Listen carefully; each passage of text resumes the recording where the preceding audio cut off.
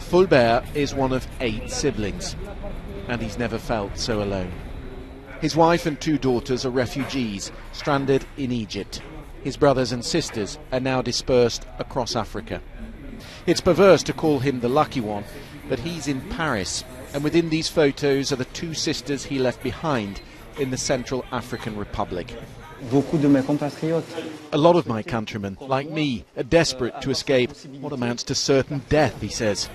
My best friend, he's Muslim.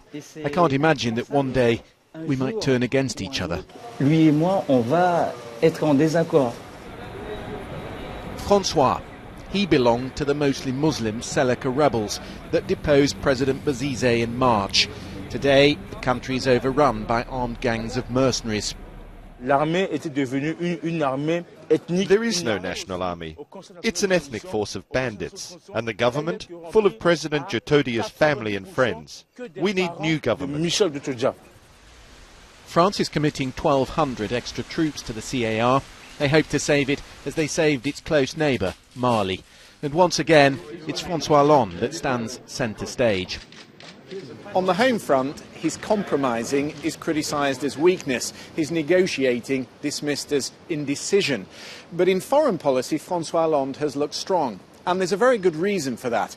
In the French Republic, the president doesn't need the permission of Parliament for diplomacy or foreign military intervention, nor does he need to consult the diverse opinions within his Socialist Party.